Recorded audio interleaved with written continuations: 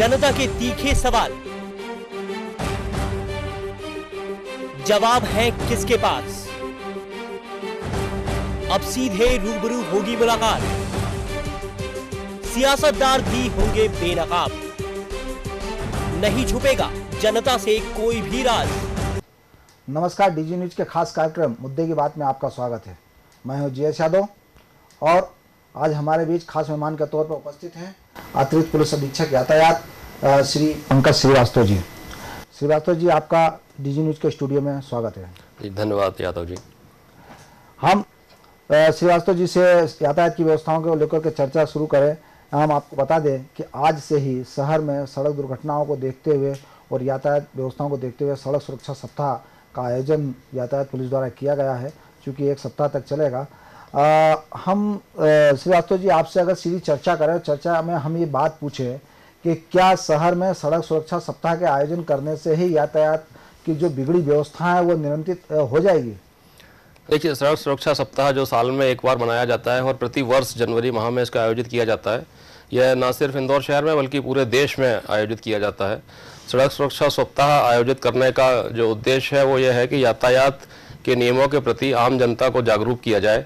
एक 7 दिनों तक लगातार इसके बारे में बात की जाए और इस तरह का एक माहौल बनाया जाए कि एक जन जागरण के तौर पर यातायात के प्रति लोग जागरूक हों। सड़क सुरक्षा सप्ताह का मूल उद्देश्य यातायात का उल्लंघन करने वालों के प्रति दंडात्मक कार्रवाई करने का नहीं है, बल्कि यह है कि लोगों को इसके प्रति जागरूक किया जाए और यह एहसास दिलाया जाए कि यातायात के छोटे छोटे नियमों का पालन करने से गंभीर क्षति से बचा जा सकता है। एसपी साहब, आप सीधे तौर पर ये बात कहें कि लगातार पुलिस जो यातायात है, यातायात सुधार के लिए काम करती है, चौराहे पर खड़ी रहती है और देखा जाए तो वो अपनी क्षमता से अधिक काम करने का प्रयास करती है यातायात पुलिस, लेकिन शहर के लोग जो हैं नियमों को पालने के बजाय, नियमों का पालन करने के बजाय उसकी धज्जियां उड़ाने में अपनी शान समझते हैं। ऐसा क्यों? कुछ हद तक आपकी बात सही है, लेकिन इसमें महसूस करने की बात यह है, लोगों को ये रियलाइज़ करना पड़ेगा कि यदि यातायात नियमों के प्रति वो जागरूक नहीं रहेंगे, उनका जो पालन करने के लिए यदि उनके मन में हृदय से इच्छा नहीं रहेगी, सिर्फ यातायात पुलिस के डर से वो यातायात नियमों का पालन करेंगे, तो उसमें नुकसान उनका स्वयं का होने की पूरी गुंजाइश है। जैसे एक उदाहरण के तौर पे हेलमेट का मुद्दा है। जो भी 2 व्हीलर के चालक हैं उसमें ड्राइवर को हेलमेट पहनना एक अनिवार्य चीज़ है, लेकिन बार बार यातायात पुलिस के द्वारा अभियान चलाने के बावजूद भी यह देखा जाता है कि बहुत सारे लोग हेलमेट पहनना पसंद नहीं करते हैं और उसके संबंध में तरह तरह के तर्क उनके पास रहते हैं कि हेलमेट पहनने से उनका बाल खराब हो जाते हैं, या मतलब इस तरह के तर्क जो कि कई बार बड़े हास्यास्पद भी लगते हैं सुनने में। लेकिन होता यह है कि अगर आपने हेलमेट पहना हुआ है और किसी कारण से आपका दुर्घटना होती है तो आपकी काफ़ी सुरक्षा रहती है, और यदि हेलमेट नहीं है तो जैसे लगातार जितने भी हम लोग देखते हैं पिछले वर्ष, जैसे कि लगभग 407 जानें यातायात दुर्घटनाओं में इंदौर शहर में गई हैं और इसमें से बहुत सारी जानें ऐसी थी जो कि हेलमेट पहने होते तो बचाई जा सकती थी। तो वो नुकसान जो होता है तो वो अपूरणीय होता है और फिर उसकी कभी पूर्ति की नहीं जा सकती है। तो इसलिए ये महसूस करना आवश्यक है कि यातायात नियमों के बारे में जो यातायात पुलिस बता रही है या उसको इन्फोर्स कराने की कोशिश कर रही है, उसमें अल्टीमेटली लाभ आपका स्वयं का ही है सबसे अधिक। श्रीवास्तव जी, पिछले साल जो दुर्घटनाएं हमने सड़क हादसों के देखे उसके आंकड़े अगर हम देखें तो 5500 के लगभग सामने आते हैं, और चूंकि साथ सरकारी रिकॉर्ड भी यही बताते हैं कि कभी इतने दुर्घटनाएं हुई हैं। हम देखें तो दुर्घटनाएं किन कारणों से अधिक होती है और किस प्रकार की दुर्घटनाएं सामने आती हैं? दुर्घटना होने का कारण मुख्यतः जो सामने आता है वो लापरवाही पूर्वक वाहन चलाना होता है। वाहन लापरवाही पूर्वक चलाने के कई कारण हो सकते हैं। कई बार आदमी शराब के नशे में या अन्य प्रकार के किसी नशे की हालत में वाहन चलाता है तो वो सावधानी पूर्वक नहीं चला पाता है। इसके अलावा कई बार सिर्फ थ्रिल के लिए आदमी ओवर स्पीडिंग करता है और लापरवाही से वाहन चलाता है। इसके अतिरिक्त कई बार बहुत थकान की स्थिति में लगातार वाहन चलाने से उसको झपकी आ गई, नींद आ गई, तो ऐसी स्थिति में भी दुर्घटना का कारण बनता है। अत्याधिक वाहन का दबाव होना भी कई बार कारण बनता है। सड़कों पर जितनी क्षमता है उससे अधिक वाहन किसी समय में निकलते हैं तो उसमें थोड़ी सी भी लापरवाही से वाहन दूसरे वाहन से टकरा जाता है या किसी दूसरे व्यक्ति से टकरा जाता है। तो इन सब कारणों से मुख्यतः दुर्घटनाएं होती हैं। शहर के चौराहों की हम बात करें, जिस तरह से यातायात पुलिस सजगता से अपना काम कर रही है या चौराहों पर हादसे रोकने का प्रयत्न कर रही है, कितने ऐसे चौराहे हैं जो खतरनाक स्थिति में हैं जहां पर दुर्घटनाएं हमेशा सिर पर मंडराती रहती हैं? शहर में कम से कम 10 से 12 चौराहे ऐसे हैं यहाँ पर कि यातायात का दबाव अत्यधिक है, और कुछ जगहों में ये भी है कि जो लेफ़्ट टर्न है वहाँ पर पर्याप्त स्थान नहीं है। कई जगह हमने इसको टेकअप किया है पूरे शहर में सर्वे करके, और इसकी सूची भी बनाकर और एक एक करके उसको टेकअप कर रहे हैं, जिससे कि उसमें जो भी व्यवधान है वो दूर किया जा सके। अभी सिंहस्थ के पूर्व ये एक अभियान के तौर पर लिया गया है इसमें कि यहाँ भी यातायात की बाधाएँ हैं उनको दूर किया जाए। और मुख्यतः जो जैसे अभी वाइट चर्च पे आपने देखा होगा कि जो चौराहा है वाइट चर्च का, वहाँ पर बसों का दबाव खासकर शाम के समय बहुत अधिक रहता है, तो उसमें अभी लेफ़्ट टर्न को काफ़ी चौड़ा किया जा रहा है। कुछ दिनों में यातायात बहुत सुगम हो जाएगा। इसी तरह की 3-4 और ऐसे मेन चौराहे हैं। एक इंडस्ट्री हाउस चौराहा था, यहाँ भी लेफ़्ट टर्न को उसको ओपन किया गया है। एक जो बिजली का खंभा था जिससे कि उसमें व्यवधान उत्पन्न होता था, उसको हटाया गया है। तो धीरे धीरे करके हम प्रयास कर रहे हैं कि जितने भी खतरनाक स्थिति में है चौराहे, उनको सुधार किया जा सके। शहर के व्यस्तम मार्गों की हम बात करें तो अधिकांशतः अतिक्रमण जो किए गए हैं उनके कारण भी यातायात व्यवस्था जो बिगड़ती नजर आती है। नगर निगम का प्रयास आपके प्रति कितना सकारात्मक रहता है, कितना सहयोगात्मक रूप से आपके साथ काम करते हैं ताकि यातायात सुगम हो पाए? नगर निगम के सहयोग में हमें कोई दिक्कत नहीं है। जहाँ भी हम कोशिश होती है, हमारी नगर निगम से सहयोग की आवश्यकता होती है, अपेक्षा होती है, हमें तत्काल उपलब्ध होता है। ये बात सही है कि अतिक्रमण की वजह से बहुत जगहों में यातायात में बाधा उत्पन्न होती है, वो हमारी जानकारी में भी है, नगर निगम की जानकारी में है। और कई पिछले दिनों में आपने देखा होगा कि बहुत सारे स्थानों पर अतिक्रमण को हटाया भी गया है और मार्ग को चौड़ा किया गया है। नहीं, जहाँ पे आप हटाने की बात तो कर रहे हैं, कई स्थानों पर शहर के भागों से हुआ वो अतिक्रमण हटाए भी गए हैं, लेकिन कितने स्थान ऐसे भी हैं जहाँ प्रभावशाली नेताओं का वर्चस्व बना हुआ है, जिसके कारण पुलिस वहाँ पे प्रभावी कार्रवाई नहीं कर पाती है। क्या सही है? अब इसमें मतलब सामान्य तौर पे कोई कमेंट कर पाना तो संभव नहीं होगा। किसी व्यक्ति विशेष के खिलाफ या किसी पर्टिकुलर एरिया के बारे में कोई बात हो तो उसके बारे में बात की जा सकती है, लेकिन ये सही है कि अतिक्रमण सामान्यतः है, कई स्थानों पर है और कई स्थानों पर हटाया गया है, लेकिन इसके बावजूद यह नहीं कहा जा सकता कि शहर पूरी तरह से अतिक्रमण मुक्त है। मल्टी लेवल पार्किंग का जहां तक सिस्टम है कि नगर निगम ने मल्टी लेवल पार्किंग बनाई है और यातायात में कहीं बाधा ना हो, सड़कों पे वाहन खड़े ना हो, ये नगर निगम ने व्यवस्था की, लेकिन अमूमन देखने में आया है कि उसके बावजूद भी सड़क जो है पार्किंग का रूप लिए हुए हैं। ऐसी स्थिति में विभाग को किन परेशानियों का सामना करना पड़ता है? नहीं, इसमें मल्टी लेवल पार्किंग बनी है और उनका उपयोग भी भरपूर हो रहा है, लेकिन महसूस ये किया गया है कि इंदौर शहर में जिस तेज़ी से वाहनों की संख्या बढ़ रही है उस हिसाब से वो पार्किंग भी पर्याप्त साबित नहीं हो रही हैं।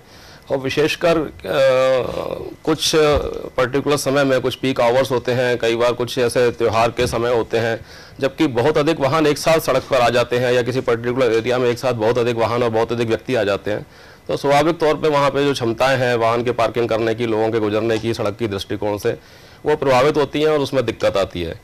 क्या आप मानते हैं कि प्रशासन ने जिस तरह से लोक परिवहन का उपयोग करने के लिए लोगों को जागरूक करने का प्रयास किया है, उसमें कुछ सफलताएं मिल पा रही हैं? लोक परिवहन के प्रति लोगों का रुझान बढ़ा तो है, खासकर जो विद्यार्थी वर्ग है वो काफ़ी बसों में ट्रैवल करता हुआ नज़र आता है, और लेकिन फिर भी उसके कारण से ऐसा नहीं माना जा सकता कि पूरी तरह से यातायात पर जो दबाव है वो कम हुआ है। लोक परिवहन का उपयोग हो रहा है, लेकिन इसके साथ साथ व्यक्तिगत वाहनों का भी उपयोग अभी उसी स्तर पर हो रहा है। एक अभियान के तौर पर अभी इस तरह से ये लोगों में पैठ नहीं कर पाया है कि लोक परिवहन के वाहनों का प्रयोग किया जाए। देखने में आया है कि शहर के जो बड़े मॉल हैं और बड़ी बिल्डिंगें हैं, वहां पर पार्किंग की जो व्यवस्था है उनके नक्शों के अनुरूप होना चाहिए थी, वो नहीं होती हैं, और उन मॉलों के जो वाहन हैं वो रोडों पे सड़क के ऊपर पार्क कर दिए जाते हैं, इससे और दिक्कतें आती हैं। तो क्या अब निगम से इस तरह की कोई पहल चल रही है या प्रशासनिक स्तर पर कोई आपने कदम उठाया है इस पर? ऐसी दिक्कत तो आती है, और इस संबंध में जब भी कोई नई बिल्डिंग बनती है तो उसके लिए जो टाउन एंड कंट्री प्लानिंग का जो अप्रूवल रहता है उसमें ये सारी चीज़ें देखी जाती हैं कि पर्याप्त पार्किंग प्लेस उपलब्ध रहे, पार्किंग स्पेस रहे। और जो पुराने बने हुए मॉल हैं या जो इस तरह के शॉपिंग कॉम्प्लेक्स हैं जहाँ पर कि पर्याप्त पार्किंग की सुविधा नहीं है, वहाँ पर यह दिक्कत आती है। यातायात पुलिस उसमें अब जो वर्तमान स्थिति है उसमें यही करती है कि अगर गाड़ियाँ सड़क पर खड़ी हैं, नो पार्किंग एरिया में खड़ी हैं, तो उनको क्रेन के द्वारा हटाकर और उनका नो पार्किंग का चालान बनाया जाता है। क्या क्रेन द्वारा वाहनों को हटा करके नो पार्किंग का चालान बनाने के लिए ही यातायात पुलिस का उपयोग होता है? नगर निगम क्या ये मुनासिब नहीं समझती है कि यातायात पुलिस से भी इस बात का सहयोग उसमें सुझाव ले कि जो अमुक बिल्डिंगें बन रही है उसमें किस तरह की पार्किंग व्यवस्था होनी चाहिए ताकि आने वाले भविष्य के अंदर किसी प्रकार की कोई दिक्कत ना हो?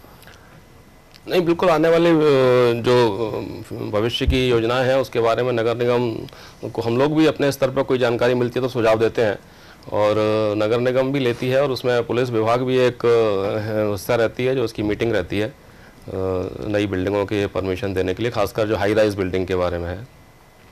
सर, जो सीसीटीवी कैमरे चौराहे पर लगाए गए हैं उसके तहत यातायात को नियंत्रण करने का एक प्रयास पुलिस ने किया है, यातायात पुलिस ने, क्या स्थिति रही है पिछले 1 सालों में? हम देखें तो कितने उस पर चालान बने हैं, ई चालान की जो व्यवस्था की गई है, और उसमें कितनी अर्थदंड की वसूली हुई है, क्या उस व्यवस्था से कोई नियंत्रण हो पाई?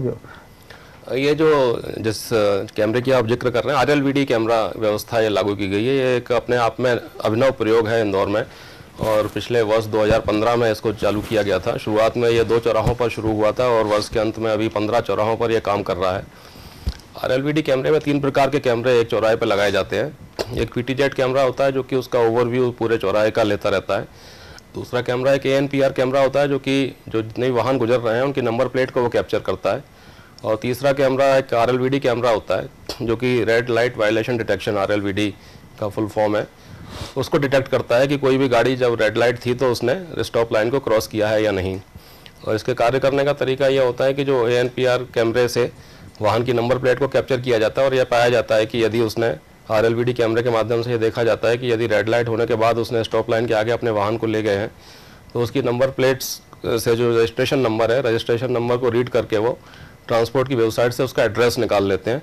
एड्रेस निकालने के बाद उसमें सभी फ़ोटो डालकर उसका एविडेंस जो होता है कि किस तरह से वो रेड लाइट पर उसने वायलेशन किया था, और उसके एड्रेस पर उसको चालान भेज दिया जाता है। तो इसमें होता यह है कि आप मौके पर अगर गाड़ी ने आपके रेड लाइट को वायलेट किया है तो कोई आपको टोकता नहीं है। हो सकता है कि यातायात पुलिस का जवान वहाँ मौजूद भी ना हो, लेकिन चूँकि लगातार रिकॉर्डिंग होती रहती है और हमारा ट्रैफिक मैनेजमेंट सेंटर है वहाँ से चालान जनरेट होते रहते हैं, तो आपके एड्रेस पर डिलीवर हो जाता है।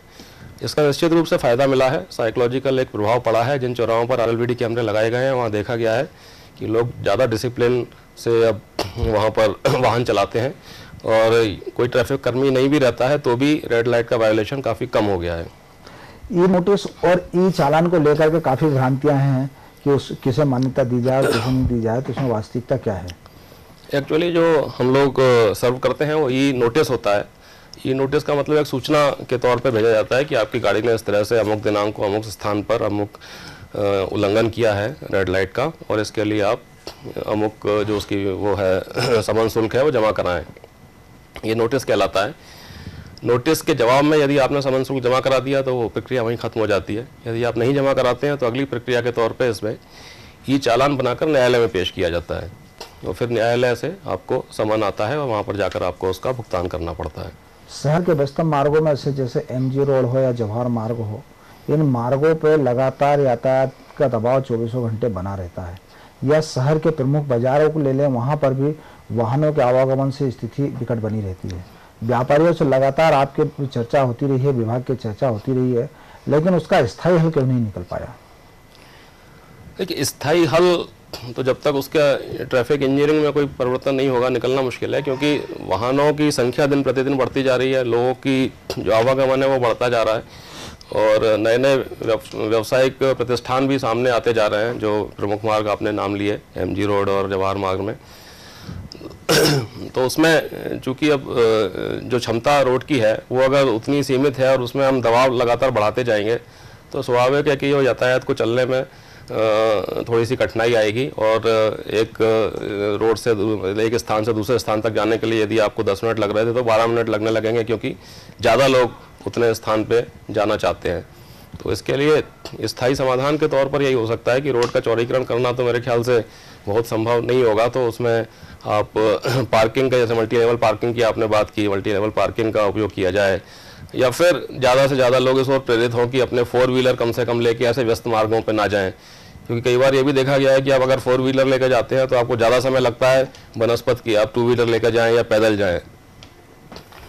ये भी देखने में आया कि जो अपने प्रमुख बाजार है वहाँ पर दुकानदारों के सामने, अपनी दुकानों के सामने वाहन पार्क कर दिए जाते हैं, जिसके कारण भी स्थिति बनती है वो दुकानों के सामने से वाहन क्यों नहीं हटाए जा सकते हैं?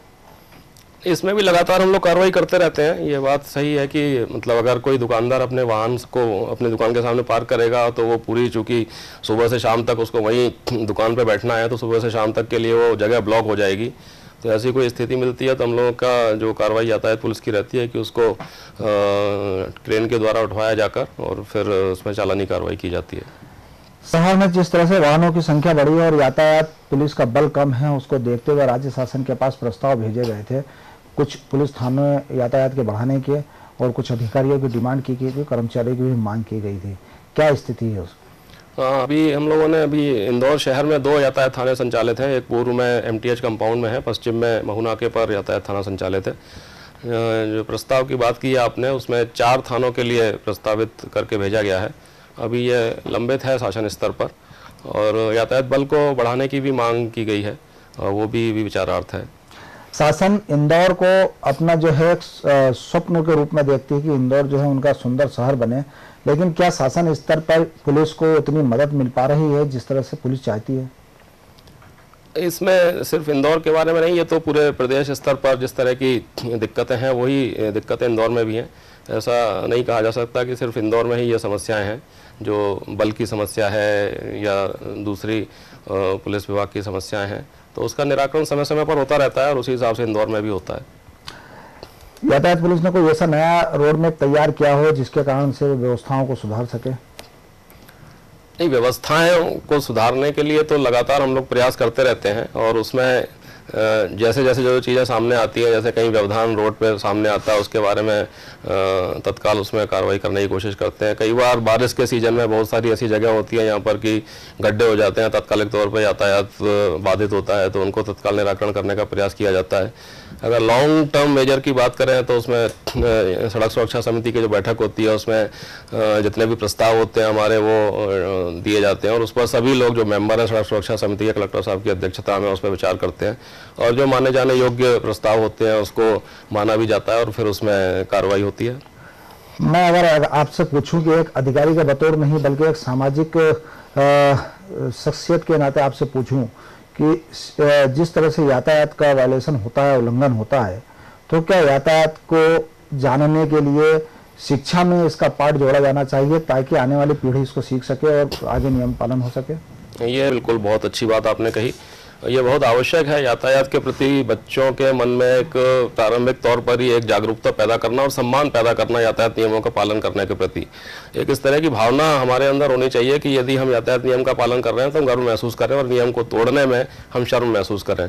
और ये चीज़ बहुत ज़रूरी है कि यदि प्राइमरी लेवल पर बच्चे के दिमाग में ये बात आएगी तो वो ताउम्र उसको पालन करेगा, और ये अच्छा सुझाव हो सकता है। और इसके बारे में हम लोगों ने 1-2 बार शासन स्तर पर लिखा भी है। यदि ये पाठ्यक्रम में शामिल किया जा सके यातायात के बेसिक नियमों की जानकारी तो बिल्कुल ये फायदेमंद हो सकता है। जो हाल फिलहाल जो यातायात पुलिस स्कूलों में और चित्रकला प्रतियोगिता या फिर कंपटीशन अलग अलग प्रकार के आयोजित करते हैं, तो क्या उससे कुछ नियंत्रित हो पा रहा है? क्या बच्चे अपने पालकों को बता पा रहे हैं कि यातायात के नियमों का पालन करना चाहिए? इस बारे में हम लोग भी लगातार हर हफ्ते, और हमारे जो अतिरिक्त पुलिस महानिदेशक श्री विपिन महेश्वरी जी हैं, लगातार स्कूलों का भ्रमण करते हैं, और साथ में उसका प्रयास यही रहता है, कोशिश यही रहती है हम लोगों की कि बच्चों को यातायात नियमों के प्रति जागरूक किया जाए इन जनरल। और उसका फ़र्क तो पड़ा है, जहाँ जहाँ भी हम लोगों ने बच्चों का रिस्पांस जो आता है वो बहुत पॉजिटिव आता है। और अभी जो आपने जिक्र किया चित्रकला प्रदर्शनी और स्लोगन और निबंध प्रदर्शनी वगैरह, ये यातायात सप्ताह के दौरान किए जा रहे हैं। इसके अलावा भी साल भर हम लोग प्रयास करते हैं कि विभिन्न स्कूलों में जाएं, बच्चों के साथ इंटरेक्ट करें और उनको प्रेरित करें कि वो जब स्वयं 18 वर्ष के हो जाएं, वाहन चलाने लगें, तो उसमें सब नियमों के हिसाब से चलाएं। और अभी अगर वो वाहन नहीं चला रहे हैं तो उनके बड़े भाई हैं, बहनें हैं, पेरेंट्स हैं, उनको प्रेरित करें कि हमेशा यातायात नियमों का पालन करें। अक्सर देखने में आया यातायात पुलिस और परिवहन विभाग के बीच में समन्वय नहीं बन पाता है। पुलिस यहाँ से चालान बना के भेजती कि इन्होंने उल्लंघन किया है, इनके लाइसेंस रद्द किए जाएं, लेकिन परिवहन विभाग द्वारा उतनी संख्या में जो भेजे गए चालानों की संख्या में वो लाइसेंस निरस्त नहीं होते हैं या उन पर कार्रवाई नहीं होती है। क्या इसका असर भी माना जाए कि उल्लंघन करने वालों को बढ़ावा दे रहा है? इसमें ये बात सही है कि जिस संख्या में हमने पिछले वर्ष लाइसेंस निरस्ती के आवेदन भेजे थे, पूरे तो निरस्त नहीं हुए हैं, लेकिन ऐसा भी नहीं कि बिल्कुल भी नहीं हुए हैं। कुछ निरस्त हुए हैं, कुछ लंबित हैं। हो सकता है कि वो अभी यातायात विभाग में लंबित हों, जिसमें आगे फिर फैसला लिया जाए। और समन्वय की जहाँ तक बात है, वर्तमान में इंदौर में ऐसी कोई दिक्कत नहीं है। बहुत सारे अभियान ऐसे हैं जो कि यातायात पुलिस और ट्रांसपोर्ट डिपार्टमेंट मिलकर चलाता है और सभी प्रकार का सहयोग हम लोगों को मिलता है। हम लोक परिवहन की बात करें, चाहे इंदौर से महू की बात हो, उपनगरीय बसों की बात हो, या इंदौर से उज्जैन की बात हो, या अन्य वाहन जो बड़ी बसें चलती हैं, अक्सर देखने में आया कि उसमें ओवरलोडिंग का मामला काफ़ी आता है, जिससे हादसे होने की संभावनाएं बनी रहती है। परिवहन विभाग अपने तय कार्रवाई करता है, लेकिन यातायात पुलिस भी उसमें सक्रियता भूमिका निभाती है, लेकिन सफल नहीं हो पाती। क्यों?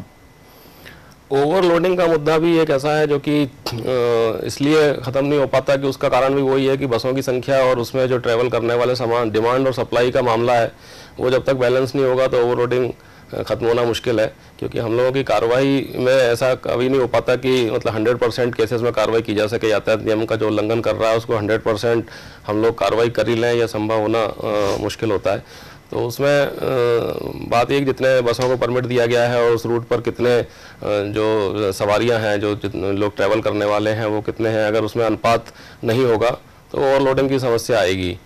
तो इसमें यातायात विभाग और परिवहन विभाग का प्रयास ये रहेगा कि उसका आकलन किया जाए कि किस रूट पर जितनी बसों की आवश्यकता है, कम से कम उतनी बसों को परमिट दिया जाए, जिससे कि ये ओवरलोडिंग कम हो सके।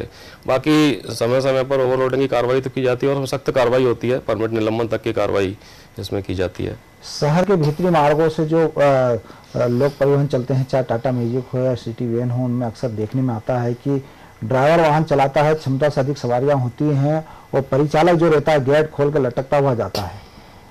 यह व्यवस्थाएं जो लोक परिवहन के चालकों की, परिचालकों की है, वो कभी भी सुधर नहीं पा रही है। पुलिस पर तमाम प्रयास करती है।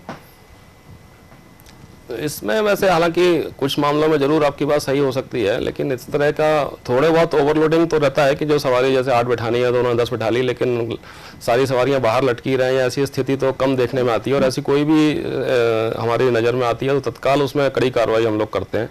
उसमें ओवरलोडिंग का, वही मैंने जैसे आपको बताया, ओवरलोडिंग की जो कार्रवाई है उसमें लाइसेंस निरस्ती की कार्रवाई भी होती है और वो वाहन पर काफ़ी जुर्माना भी लगाया जाता है। नहीं, परिचालकों को अक्सर देखा गया है कि वो गेट खोल कर लटकते हुए जाते रहते हैं, सवारियां अंदर ज़्यादा बिठा लेते हैं और लटकते हुए जाते रहते हैं, तो उन पर अंकुश क्यों नहीं लग पा रहा है? जी, हाँ, ये परिचालकों का ये सामान्य उनकी एक हैबिट रहती है। इस पर भी जहाँ भी हमारी नज़र में आता है इसमें कार्रवाई करते हैं। ना सिर्फ ये टाटा मैजिक और उसका, बल्कि बसों के परिचालक जो होते हैं उनका भी ये आदत रहती है कि बिल्कुल वो उसके जो दरवाज़ा है बस का वहीं पर खड़े रहते हैं।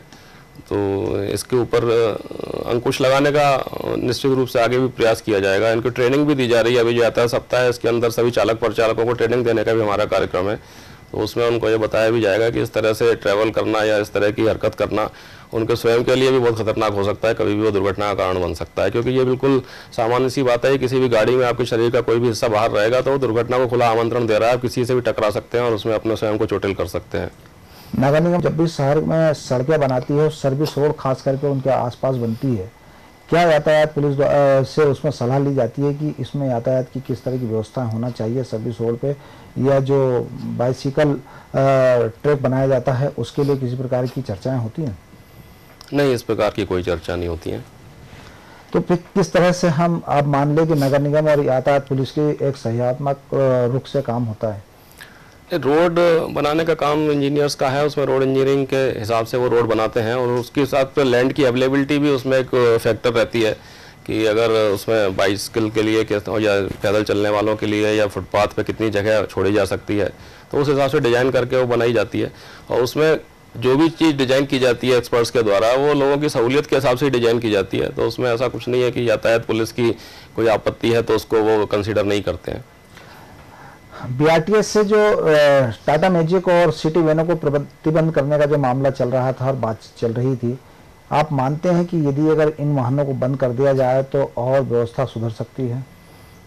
हाँ, व्यवस्था में सुधार तो हो सकता है, लेकिन उसका अल्टरनेट जो व्यवस्था है वो जरूर जारी करनी पड़ेगी। तो उसी पे कार्य चल रहा था, अभी तक तो ये नहीं हो पाया है। अगर बीआरटीएस में कई जगह चूंकि सड़क उतनी चौड़ी नहीं रह गई है तो इसके कारण से व्यवधान तो आता है, और खासकर पीक आवर्स में जबकि ट्रैफिक ज़्यादा रहता है।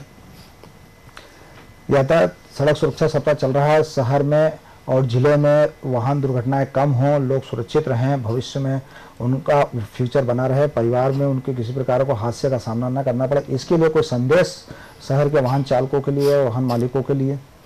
संदेश बहुत सिंपल है, यातायात का जो बेसिक रूल्स हैं उसको आप फॉलो करें तो सुरक्षित भी रहेंगे और शहर में एक अच्छा डिसिप्लिन का माहौल भी नज़र आएगा। बेसिक रूल्स में जब भी 3 सवारी ना चलें, हेलमेट लगाएं, रेड लाइट पर रुकें और रॉन्ग साइड से ना जाएं। आपको कई बार ये भी देखा जाता है कि लोग मतलब रेड लाइट पर पीछे खड़े होने की बजाय आगे जाने की कोशिश करते हैं, जैसे ही लाइट ग्रीन हो तो तत्काल सबसे आगे निकल जाएं। तो इस तरह की चीज़ों से बचें। कहीं भी आपको यातायात नियमों का पालन करेंगे तो मुश्किल से 2-5 मिनट से ज़्यादा का आपको समय नहीं लगेगा, लेकिन वो हो सकता है कि उस 2-5 मिनट जो आप इन्वेस्ट कर रहे हैं वो आपकी ज़िंदगी बचाने में सहायक हो। तो आप थे पंकज श्रीवास्तव जी, अतिरिक्त पुलिस अधीक्षक यातायात, जिनका साफ कहना है कि जीवन सुरक्षित रखना है तो यातायात के नियमों का पालन करना पड़ेगा। आप हमारे स्टूडियो में आए, आपका बहुत बहुत धन्यवाद। आप देख रहे थे डीजी न्यूज का खास कार्यक्रम मुद्दे की बात। आप चलते हैं, आप देखते रहिए डीजी न्यूज। धन्यवाद।